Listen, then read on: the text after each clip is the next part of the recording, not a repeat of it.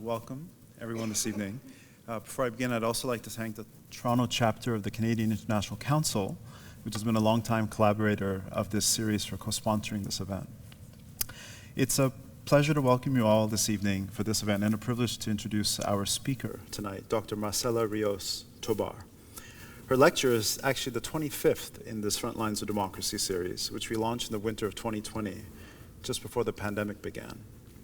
Several previous talks have focused on important anniversaries to assess the legacies of important historical events, but I don't think we've ever had an opportunity to host one so close to such a pivotal moment in the history of modern democracy.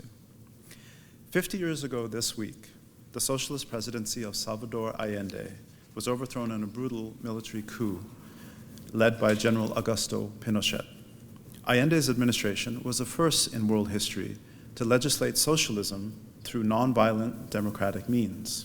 It introduced sweeping reforms, nationalizing mines, industries, and banks, redistributing land, improving access to health and education. The military proclaimed it would rule only as long as circumstances demanded. Many Chileans welcomed the intervention, given the hyperinflation and critical shortages that marked this period, believing wrongly that it would soon pave the way to another election. But Pinochet launched a severe crackdown. At least 3,000 civilians were murdered. Tens of thousands were tortured in notorious detention centers. Many simply disappeared in a regime governed by state terror. Western democracies, led by the United States, but also including Canada, supported the coup and recognized the junta as legitimate. Pinochet's dictatorship lasted 17 brutal years, becoming a laboratory for neoliberal policies as well, transforming Chile, its economy, and its society. In 1988, a plebiscite restored civilian rule.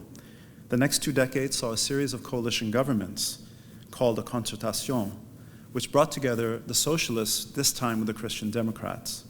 They maintained market-oriented policies of the past, but they also pursued social reforms, maintaining economic growth while lowering absolute poverty.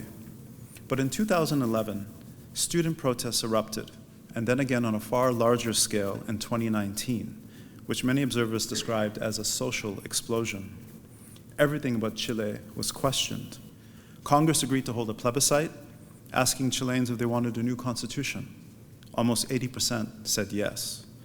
Many delegates to the new Constituent Assembly, elected in May 2021, represented independent social movements and the radical left. In December of that year, one of its former student leaders, Gabriel Boric, became president. But voters rejected the new constitution, which codified many social rights and granted more autonomy to Chile's indigenous peoples, in a referendum last September. A new constitutional council, now dominated by the right, is currently revising the draft constitution. Today, Chileans seem more divided about the meaning of the coup than even a decade ago. Why are their interpretations of 1973 so polarized? What explains the popular uprisings of the last decade? What are the prospects of creating a new democratic constitution that can overcome the legacies of the past and reconcile these competing visions of the future? Our guest this evening brings the insights and experiences of a scholar, an activist, and a practitioner to address these questions. A political scientist, Dr. Marcela Rios Tobar holds a BA from New York University here in Toronto, an MA from the Latin American Faculty of Social Sciences in Mexico City, and a PhD from the University of Wisconsin, Madison. Over her long distinguished career, she's taught at several leading universities in Chile, served as a board member of NGOs and think tanks, and worked at the UNDP, the United Nations Development Program in Chile as well. In addition to writing many books, reports, and articles, she's played a key role in promoting legislative reforms to strengthen democracy in her country, from electoral quotas to promote gender equality to reserve seats for indigenous peoples, and served on high-level policy commissions dealing with anti-corruption and electoral reform. Most recently, Dr. Tobar served as Minister of Justice and Human Rights in the government of Gabriel Boric. Marcela will speak for about half an hour. I'll then start a conversation with her to explore some of the issues raised in her lecture with my colleague from TMU, Dr. Caitlin Andrews-Lee, before we open up the floor to your questions and comments. An expert on populism, democracy, and Latin America, Caitlin is the author of a recently published award-winning book, The Emergence and Revival of Charismatic Movements, Argentine Peronism and Venezuelan Chavismo. With that, please join me in welcoming Marcela Rios Tobar.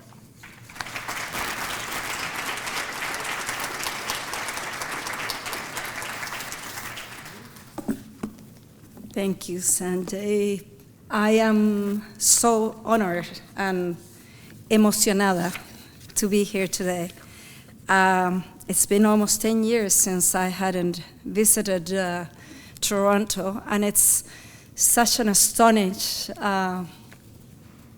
event that I'm here on the same week that we commemorate 50th anniversary of the coup. I wanted to really thank Sergio Elmir and Ruparelia for the invitation, and my friend Rodrigo Barreda, who couldn't be here today, but he's a systems designer and instructor at OCAD University and who contacted me originally with Sergio. I am moved and honored to be here.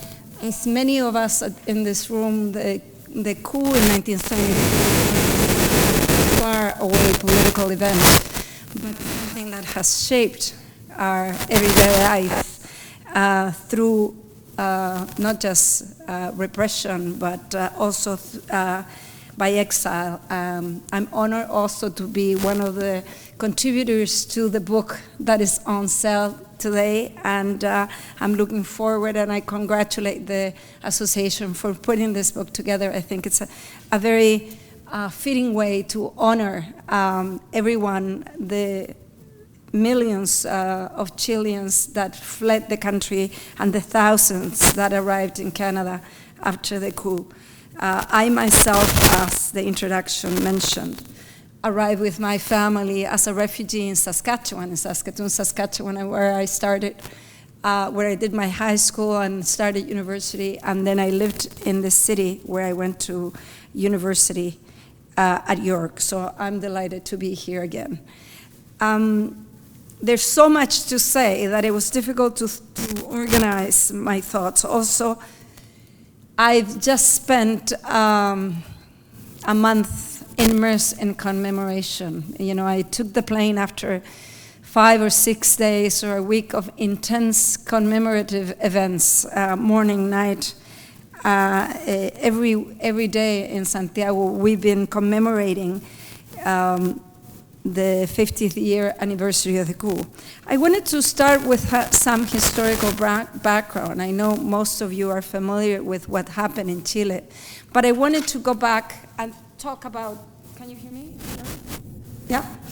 And I wanted to talk about the Popular Unity Government first, 1970 to 1973, because it's impossible to think of the coup and to talk about the discussion, the destruction of democracy without going back to that period. Salvador Allende, as you know, was the first ever self-declared Marxist to be democratically elected to office in 1970. He won by a very small margin, and this was his fourth presidential campaign. He had been very close to winning in 1958, and he lost that time for only 3% of the vote to the right-wing candidate, Alessandri.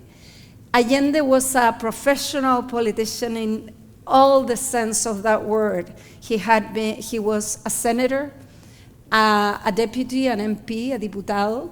He had not only run 4 times for president, but he also ran 5 times for Congress. He had walked and visited the entire country by the time he became president in 1970.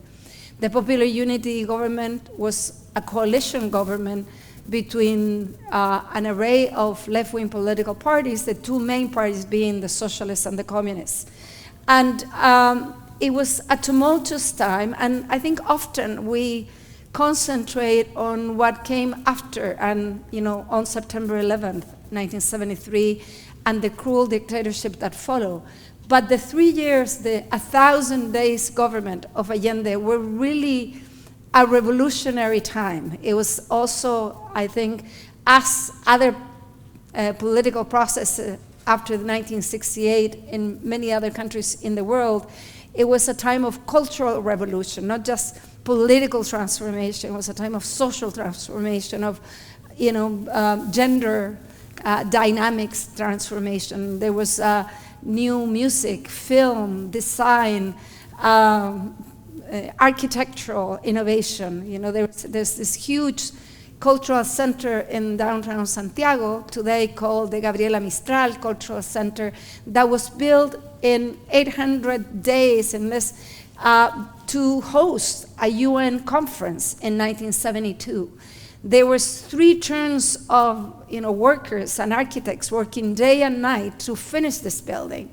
They had volunteers working in the building. And I mention this because the Popular Unity government was not just a political top-down process, but it was also a bottom-up transformational process. Often a process that could not be contained by politics, that overflew, the political elites, because society was in movement. So for many people who lived this period, this is a period that they recall with as a joyous moment. But it was also, as Professor Ruparelia was saying, it was also a moment, a period where an important sector of Chilean society experienced as chaotic, as disorderly, as in permanent crisis, as there was indeed shortages of food, of supplies. There was uncertainty about the future. It is important to recognize that not all Chileans supported the Popular Unity government. Allende won by a little bit over 36% of the vote. The vote in that election was almost equally divided between 3 different sectors, the right, the left, the center. But the Popular Unity did begin to win more popular support in the 2 midterm elections that occurred during the government period, in local municipal elections and congressional elections. The Popular Unity government increased their electoral support by almost 7%, so they were reaching 45% support in the last election that took place in 1973. The fact that the electoral support was increasing was problematic for the opposition, because they were not able to have enough votes in Congress to tackle the government, to sort of impeach the president. So institutional routes to confront the Popular Unity government were in a way stopped by this support. I also want to talk about a little bit about, as many of you know, this is something that we now have increasingly more evidence of. This is a time in the midst of the Cold War, where the geopolitical confrontation between the Soviet Union and the United States was at its peak, and where a Republican, more conservative government in the US had the objective of controlling the spread of communism, of Marxism, of socialist project in the Western Hemisphere, particularly after the Cuban Revolution. So the election of Salvador Allende and the perspective of having a socialist government was something that was really opposed by the government of the United States, and the Nixon administration took steps first to avoid the assumption of Allende as president. There was, as I said, both legal, formal mechanisms. They supported the opposition, they funded the campaign, they did they searched for different strategies to avoid the election of Salvador Allende. When that failed, they organized a plot to have Congress not ratify the election, and a plot that ended with the assassination of the commander-in-chief of the armed forces, General Schneider.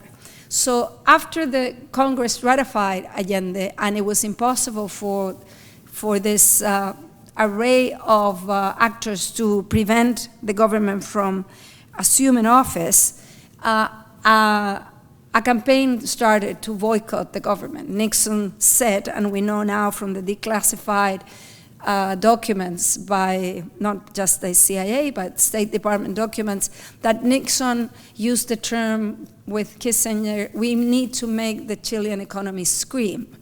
And that meant that all international aid was stopped, loans were stopped, but the opposition was funded through legal and illegal means throughout the government. Also, the right-wing media was funded to promote the atmosphere of chaos and disorder. But we also have to recognize that political actor, the right-wing opposition was in line with the US position from the beginning. They were also asking for the US intervention and participation. The right-wing opposition had decided really early on, even before Allende assumed power, that they could not allow this government to continue to complete its presidential period.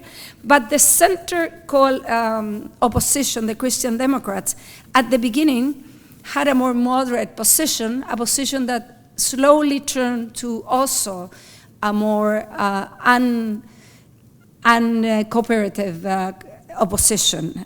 There's an extremely interesting book that I would recommend if you haven't read it, a 1978 book by a Chilean-American political scientist who I recently reread. It was initially published in 1978. Arturo Valenzuela's The Breakdown of Democracy in Chile is already a classic in this term, and the book really concentrates in understanding the role of the Christian Democrats. For Valenzuela, the pivotal factor, that sort of the tipping point between the confrontation of the left and the right, even including the role of the US, but the tipping point that allowed and enabled the coup to take place was the change in position of the Christian Democrats, on passing from a moderate, collaborative opposition to a really adamant, also intransigent opposition that did not want to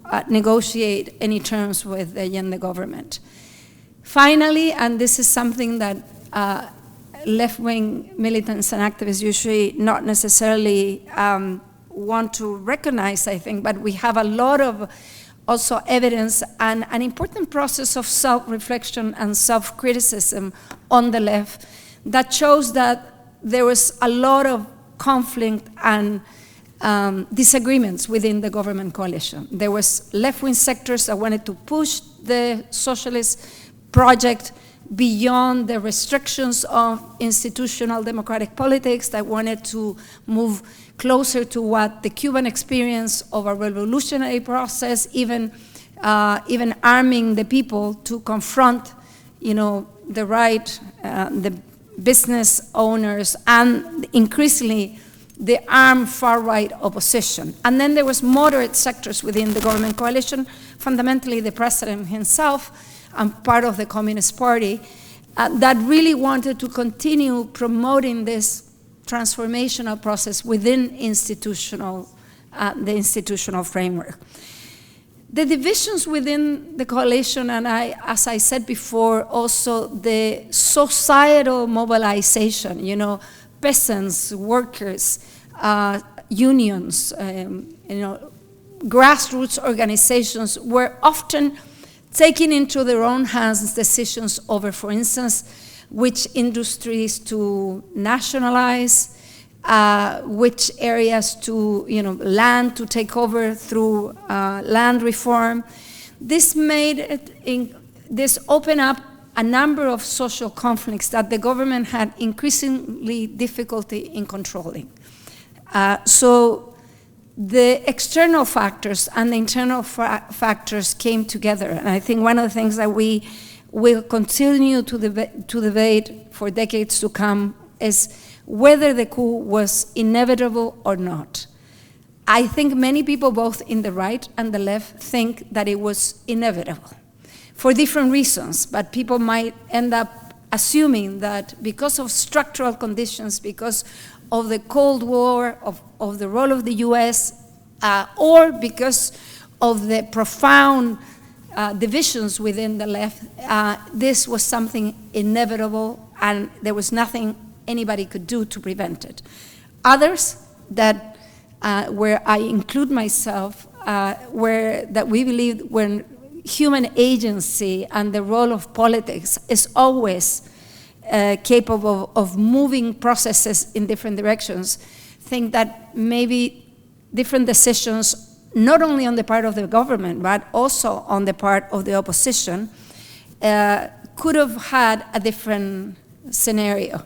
And I think something that is very prevalent in this commemoration in Chile is there's been an attempt to revision history, and there's a lot of discussion, particularly on the right, but not just on the right. I think the mainstream debate in Chile has put forth the hypothesis this time around that the coup is the result of Allende and the Popular Unity's divisions, that it was the left that was responsible for the crisis and thus forth for the coup. And I think that it's very important to separate academic and intellectual analysis from ethical and positions, in the sense that we can discuss at length who's responsible and what caused the crisis and how the coup came about. But it's quite a different thing to think that it was necessary or appropriate, the turn of events that came afterwards. As you know, the coup not only meant that the government palace was bombed and Chilean democracy was very imperfect in the sense that it was an elitist and restricted democracy, but it was it was an anomaly in Latin America. It was one of the most stable electoral democracies in Latin America. It had constant electoral transitions of power for over a century and a half. So many civilians thought that supporting a military intervention would be similar to other military interventions in other parts of Latin America, or a few experiences that Chile had had in its history where, a few weeks the military took office while civilians got organized and made a new pact to have a new coalition or to call on elections again and have the Christian Democrats or the right win the election. But as we know, that was not what happened.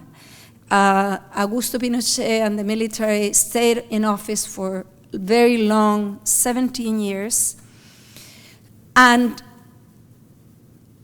they began one of the most profound and unheard of process of human rights violations in the history of the country, and one of the most profound transformational processes in the history of Latin America.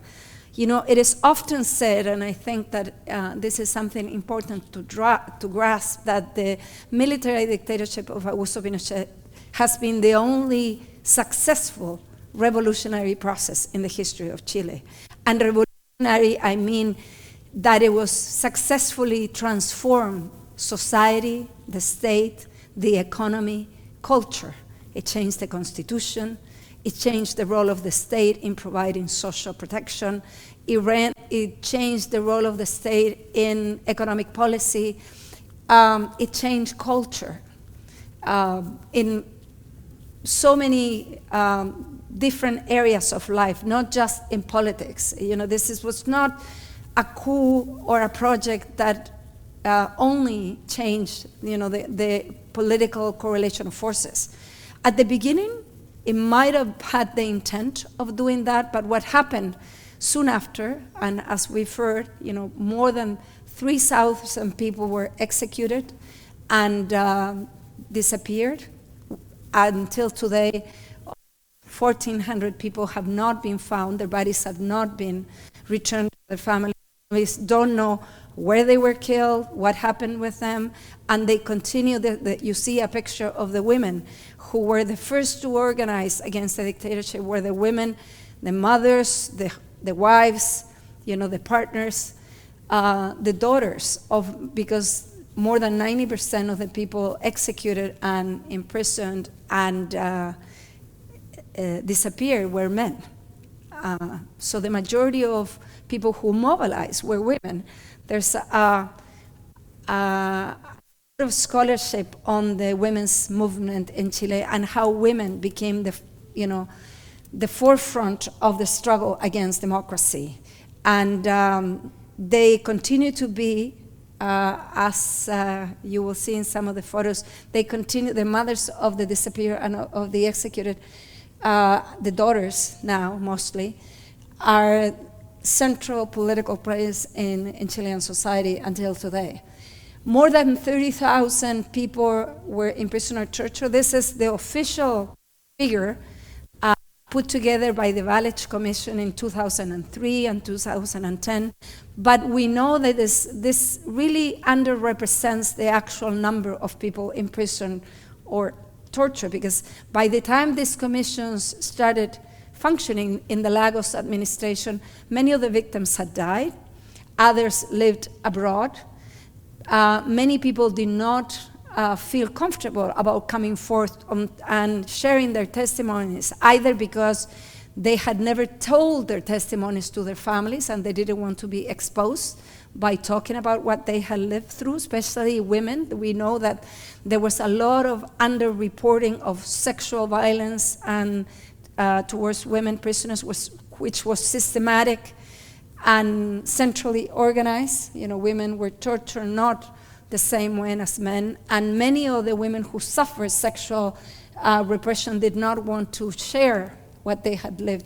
And others didn't really trust the state with their information. So the 30,000 and plus number of people who are recorded in the Valech commissions is probably a portion of the amount. There was over 1,400 secret detention centers all over the country. This was not just state-organized, funded, organized policy of repression, but it was also a national policy. It was not just in Santiago where the political elites were concentrated. It was in little towns in the north, in the south, throughout the country. And most of the killings occurred during the first year of the coup, but the military continued assassinating opposition leaders throughout the 17 years. As late as 1989, there was people disappeared and killed by the military dictatorship. Also, more than 1 million exiled. And I think often when we hear about these numbers on the human rights violations, we forget about these other dimensions of the dictatorship that I was mentioning. The dictatorship, there's been a lot of reports in the last couple of weeks on national television, and we were hearing the national broadcast news saying that the same day of the coup, the national public television was raided. The director of the national public television was assassinated. Records destroyed, journalists imprisoned, newspapers closed, universities intervened. The chancellors of the universities were appointed by the dictator. They were military directors of universities. Hospitals raided. The people killed or imprisoned were not just left-wing militants. There were also social leaders. And, the whole network of union leaders, of professional guild leaders, of intellectuals, poets, artists, singers. You must have heard the story about Victor Jara's assassination on September 16th. brutal assassination of one of the most popular singers at the time. Also, the Nobel Literature Prize, Pablo Neruda, is believed to have been poisoned, as was the Christian Democrat president. So even some of the politicians that agree with the coup, as Eduardo Frei, ended up being victims of the dictatorship. So the scope of the repression was immense. And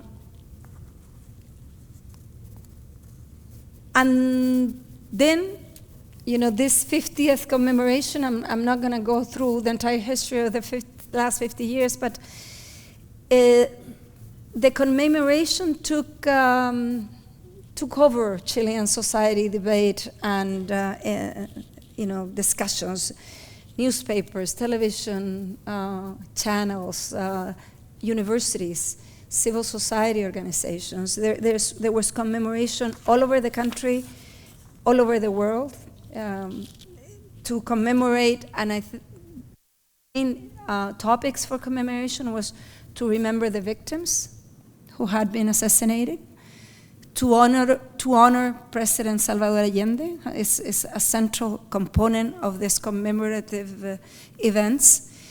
To discuss the causes of the coup has also been a prevalent issue of debate, one that has been quite interesting because, as I said before, I think the framing that has been most prevalent in this part of the discussion has been appointing President Allende and the left as the main culprits for the coup, which is an astonishing turn of events, if you please.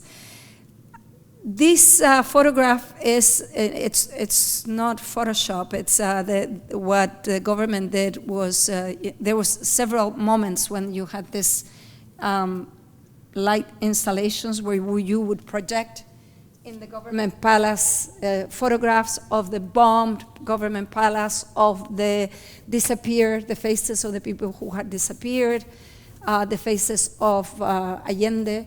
And this message was one of the central slogans of the government's commemoration. It says, "Remember the future, democracy always." That was the slogan of the government and the 50-year logo. The government tried to put an accent on the future, on democracy, not forgetting the past, but there was also tension on how much past, how much future did the commemoration need to entail. This is the government palace now, refunction. There's almost no traces of the bombing, but there are in some places where you can see some of the traces of the bombing. There was, as I said, commemorations at different moments and a lot of self-organized events. This is one of the most, I think, important events last Sunday night on September 10th. An array of feminist and women's organizations self-convened this Nunca Más gathering where women were supposed to attend at 8 p.m. dressed in black, bringing candles, and they surrounded the government palace and they read together. There was thousands of women reading a Nunca Más, Never Again manifesto. It was very, very moving. And as I said, it was self-convened by feminist and women's organizations. There was also the traditional march. Sorry for the autocentrada photograph. I wanted to show that for the first time, the president, Gabriel Boric, came out of the government palace to join the march of the human rights associations for a few blocks.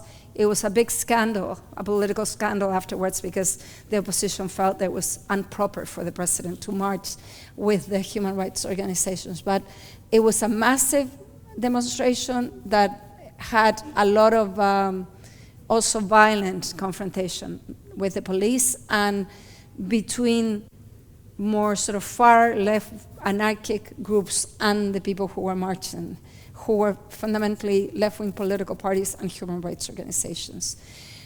As I said, the lighting thing on Saturday night, Saturday the 9th at 8 p.m., there was an intervention in all of La Alameda, the main central street in Santiago, where in each building, the National University, the Government Palace, this is the National Public Library, images of Allende were shown, and you could hear the speeches of the president. And people walk through La Alameda listening to Allende's speeches at different points. That's another picture of the women with the Nunca Más event. Also, the government opened a memorial for the people who died at the Government Palace. Besides Allende, 37 other people who were either members of the security group that accompanied President Allende and other of his close aides were either killed or executed immediately or detained and disappeared until today.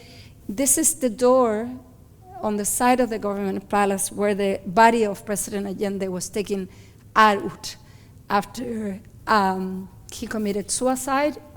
I know that this is a contentious issue, but I'm also a member of the Salvador Allende Foundation with the family of President Allende, and this has been always a contentious issue. The family strongly believes that that's what happened, but I know other people have thought otherwise. But independently of how he died, his body came out through that door, and this year, for the first time, the only physical remnants of President Allende of that day, his shoes, who were buried with him, were exhibited in that glass door and are on exhibition all of this month on the Government Palace, so people can go and see that. And as you know, the main soccer stadium in Chile served as the biggest concentration camp after the coup. And every year on September 11th, this is a central space for commemoration. This year there was over 60,000 people that came to the stadium to pay their respects, commemorate, and also celebrate, I would say, in the sense that there was also a spirit of celebration of the popular unity and of the figure of Salvador Allende. So it's a solemn occasion, but it's also, I think, a moment when people come together to remember the many transformations that the popular unity promoted. I wanted to close. I think that the 50th anniversary of the coup in Chile shows us that memory politics are essential to democratic political processes. They're contentious, they're divisive, they're quintessentially democratic in the sense that they're not homogeneous. There's not one way of thinking of the past, and it's very difficult that divided societies can have a single way of understanding their past. As mentioned before, memory politics have experienced backsliding in Chile. As opposed to the 40th anniversary only 10 years ago, today the opposition, the right-wing parties, were not willing to sign a common agreement condemning human rights violations or saying never again to coup d'etats, because they felt that that was trying to impose a single narrative or a historical narrative. But also we have seen increasingly sectors of society that question the truthfulness of human rights violations, negating what happened. And I think memory politics at a time of democratic weakening around the world, but also at a time of where social media and artificial intelligence and the way that truth is questioned in the public sphere poses new and increased challenges to democracy and to memory politics. Chilean democracy has experienced many challenges. It is a stable democracy today, probably a little bit more inclusive today than it was a few decades ago, but there's still a lot of unrest and insatisfaction. But I think it's impossible to think of Chilean society as homogeneous, and the fact that the dictator Augusto Pinochet received 44% of the support in the plebiscite when Chileans needed to decide whether to continue with the dictatorship or open up a transitional process shows the divisiveness of Chilean society that is still part of the way politics are played out and the way that this September 11th was commemorated today. I want to stop there because we're going to have a discussion, and I hope that we can have also an interaction to answer any of the questions that you may have. Thank you very much. So you mentioned there was revolution and joy experienced by some, others experienced this period as chaos and uncertainty, but the military coup came and, as you said, revolutionized in a thoroughgoing way all of Chilean society, not just politics or sweeping economic reforms. And this is something that that most people recognize as being thoroughgoing, brutally repressive. And yet, remembering what happened before that, that led to the unraveling, and then the attempts at restabilizing are so fraught and so polarizing. So I just wanted to ask, why is that? Why is that remembering the what before the coup and the leading up to the coup, why does that continue to be so difficult to come to an agreement about? I would say there's three reasons for that. First, sort of the more kind of narrow political institutional reasons, in the sense that the fact that the coalition that came to power after the transition, and that the transition itself was organized under the design of the dictatorship with the constitution, the 1980 constitution, and that the coalition that came to power was a coalition between part of the left and the Christian Democrats, who had been at odds during the popular government. The need for unity for that coalition entailed that they couldn't really talk about what had happened before the coup. So for 30 years or so, the Concertación governments talked about human rights violations, but they really never really talked about, what caused the coup, because it would have brought, a conflict within the coalition. The second has to do with the opposition, and as I said, because the political parties of the right were so entangled in supporting not just the coup, but 17 years of dictatorship. They campaigned to have the dictatorship stayed over another 8 years. They were, intertwined with the dictatorial process. They have never been able to denounce the coup as something reprimandable, because this is part of their legacy. So they can't sort of disconnect themselves from what their political project has been. A political project that they perceive to be successful and good for Chilean society. We have to say, they think that the dictatorship was good, was necessary, successful, and good. So for them to denounce the coup would be saying that what they think was, fortunate, it was not. And the third reason has to do with a cultural dimension that is really not my area of expertise, but I do think, and I read a number of sociologists and social psychologists that say that Chilean society is a society that has difficulty dealing with conflict culturally, You know, and Chileans here might agree with this, but it's very common that people say, you don't talk about politics at the table. You don't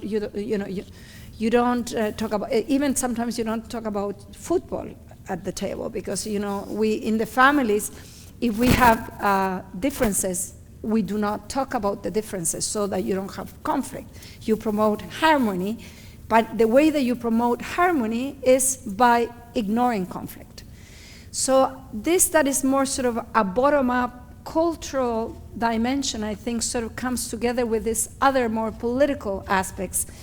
And the three of those processes end up having a very difficult time to deal with conflict and to analyze different views of the past. And I think that's what that's made so difficulty coming together with a common narrative. Thank you. That's really helpful, and also helpful in understanding the way things have unfolded in the years since, and more recently in Chile. I wanted to ask one follow-up about this, which you write and work on extensively as well, is this relationship between memorialization and democracy. And you talk about these sites of conscience, some of which have been constructed in Chile, and there are people who go out to commemorate the memory and support the act of doing this. And then there are some that come out and protest that. And so this is partially a manifestation of exactly what you are describing. And it seems like this has continued to kind of grow more intense over time rather than less. Why is that the case? I think that memory disputes have a lot more to do with the present than with the past. So today, in Chilean society, we have probably a more polarized political scenario, and also a strengthened extreme right-wing sector, a political sector. And that means that sectors who were used to be marginal in terms of protesting memory, memorialization, now are empowered and are predominant in a way. So they have been much more outspoken because the correlation of forces in the political sphere has moved towards providing more power and presence to the extreme far right, leaving the more moderate right that might have different views sort of offside in a way. It's very similar to what happens in the US.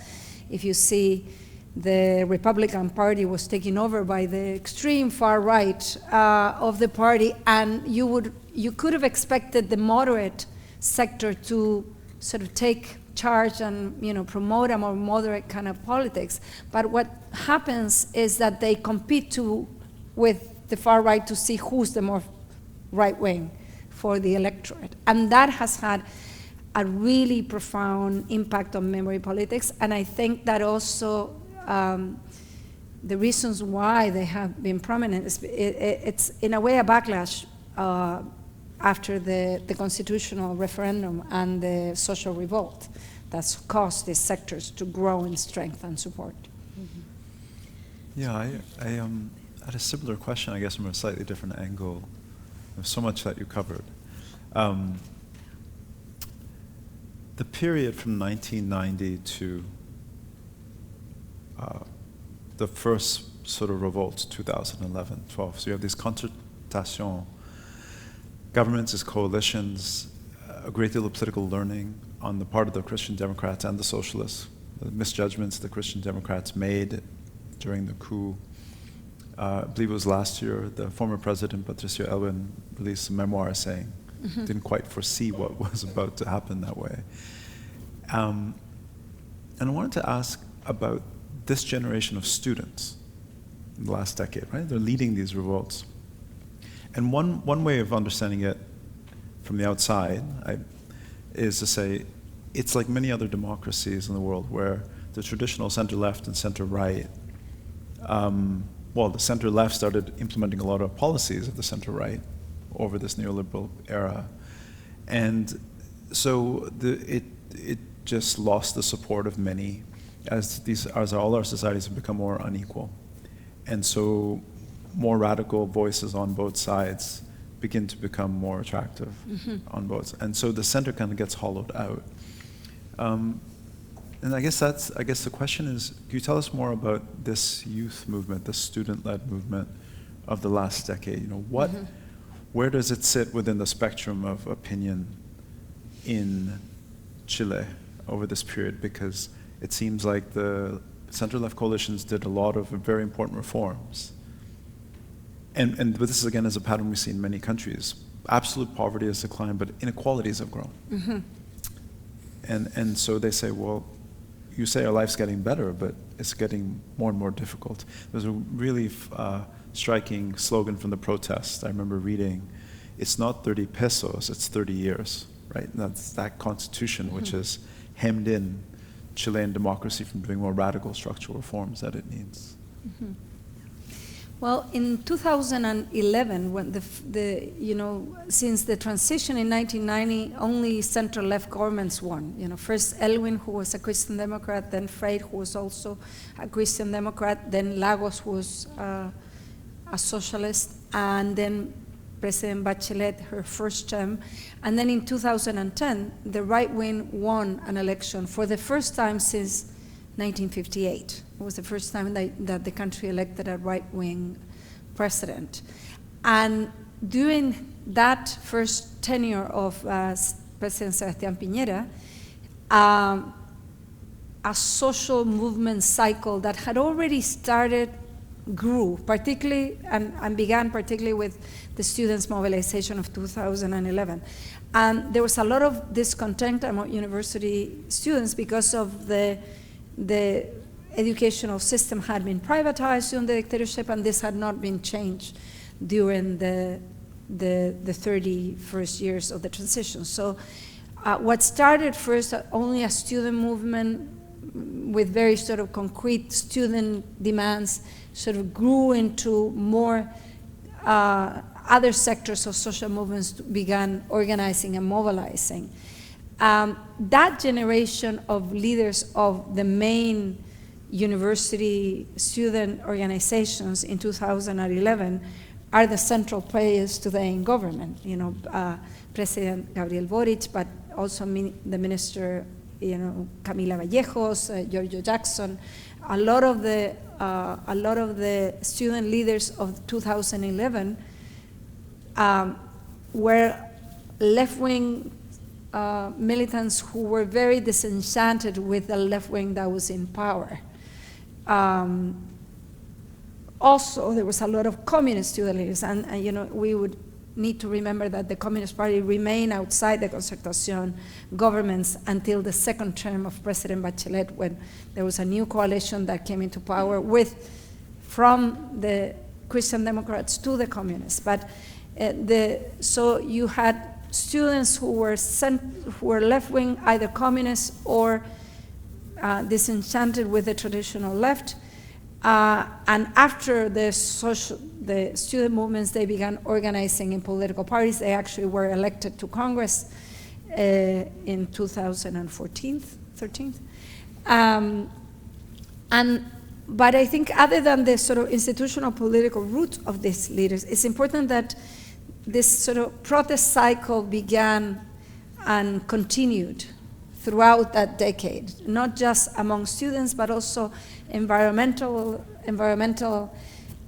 mobilization was very prevalent between 2011 and 2020 or 2019, and also feminist organization. You know, we had sort of a feminist revolution and protest in 2018, and the women and feminists were, you know, staged the biggest street mobilization in the country's history, the biggest feminist mobilization in the country's history in March 8, 2018.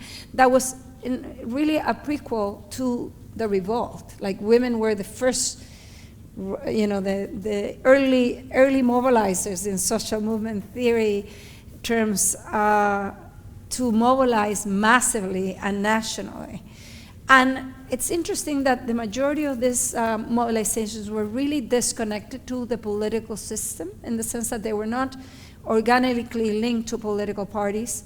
They were sort of bottom-up civil society mobilizations that did not have sort of a clear kind of demand, set of demands, but there were, in the case of students, there were more clear demands, but there were also, disenchantment with the economic model because of environmental degradation, with patriarchy, with the suppression of indigenous rights. So you began different sectors of society being organizing, protesting, and finally in 2019, as you know, the revolt, what happened was, once again, students, but this time secondary students, began protesting because of public transportation fares, and what began as a very sort of specific kind of demand of protesting in Santiago because of transit fares in the capital city, in the subway and the bus system, sort of spread because of overhanded repression of the state. There was a really hard police repression of the student mobilization that, in a way, spurred the anger of the rest of society, because they felt that they sympathized with the students in the protests against the hike in transport. But then it was, like you say, is the ignition of a little flame, and then the whole country was burning, not just figuratively, but materially burning in protest. And what started as a Santiago revolt ended up being a revolt in the entire country, and not just students, but women, shantytown dwellers, workers. Everybody was protesting for an array of different reasons. So you have, I think, 10-year period of increased mobilization and increased social movement activity that sort of ends up in the revolt. But it wasn't sort of from one day to the next that people sort of just mobilize, one day. And all those demands then feed into the new Constituent Assembly, the first constitution that's drafted, environmental demands, indigenous demands, feminist demands, student demands. The left, this broad front, becomes very important. It leads to President Gabriel Boric's election as president. And then you get this counter-reaction, which is what we're dealing with today. Mm-hmm. And I guess the question I wanted to ask was,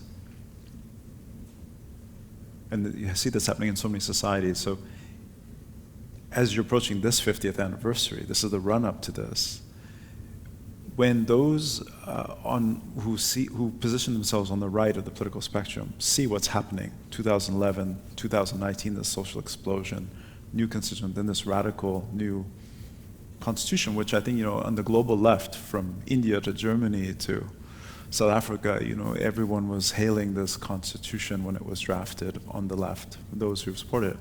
You get this reaction.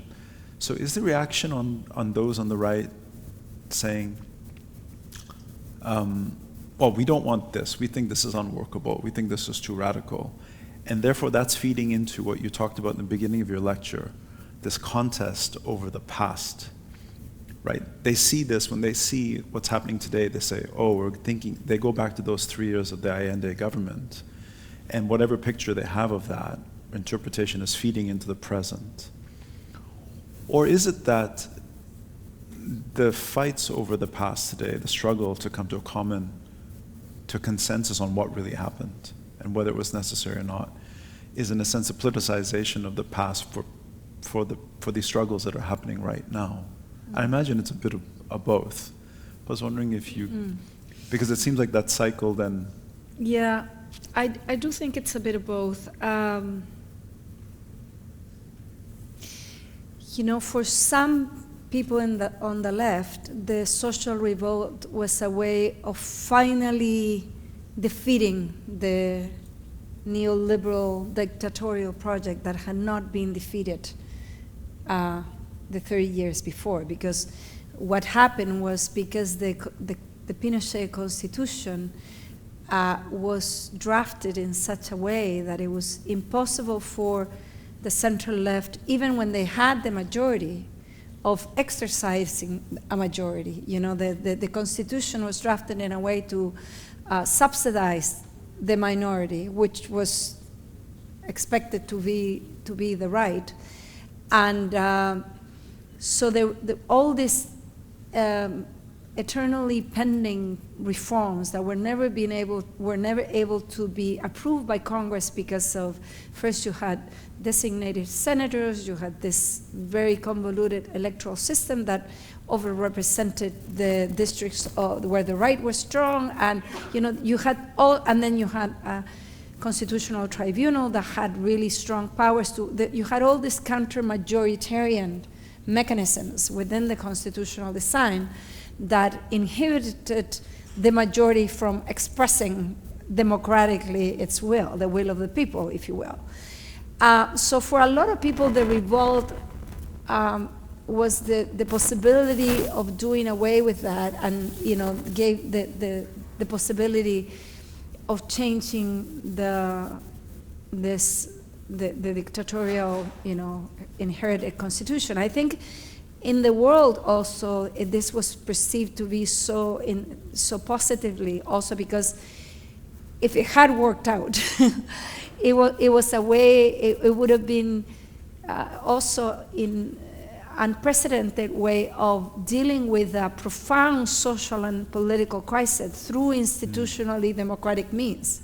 You had a very democratic institution, and through institutional design, with gender parity and the inclusion of indigenous people and all sorts of ways of expanding representative democracy, you were drafting a new social contract. So it was theoretically the ambition of any, I guess most left-wing people, but also sort of democratically inclined theorists also who would say that this is a way that you can channel a crisis, no? But it didn't work out, I think, also because an important sector of society felt really threatened.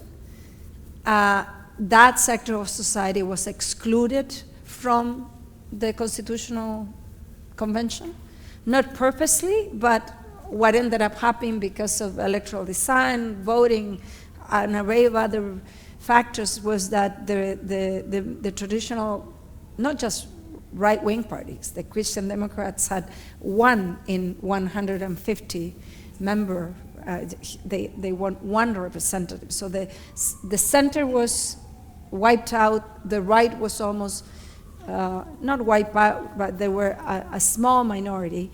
So all of the incumbents and the people with power were not represented in this discussion of a new social contract. Of course, then you had all the incumbents against these social contracts because it was, in a way, the opposite to the 1980 Constitution. It wasn't a constitution of all necessarily. It was a more sort of left-wing constitution, but as opposed to the right-wing constitution. But it failed to be a common constitution. And so I think that that created an important backlash. And what has happened, and I think it wasn't necessarily so obvious until now, is that I don't think nobody had made such a strong connection between the social revolt and the popular unity government until now. Mm-hmm. But now, because of the commemoration, an important sector of society has tried to argue that the coup is equivalent to the social revolt. So the right promoted the coup and the left promoted the social revolt, and they wanted to burn down the country and take over the government and bring down the democratically elected right-wing government. So there has been an effort to kind of put these things together and as if they were equivalent. Very consistently, I think, mainstream sort of intellectuals and the media. So, but it has been a recent thing that the commemoration of the coup, sort of brought about this new framing. It was not necessarily present in 2019.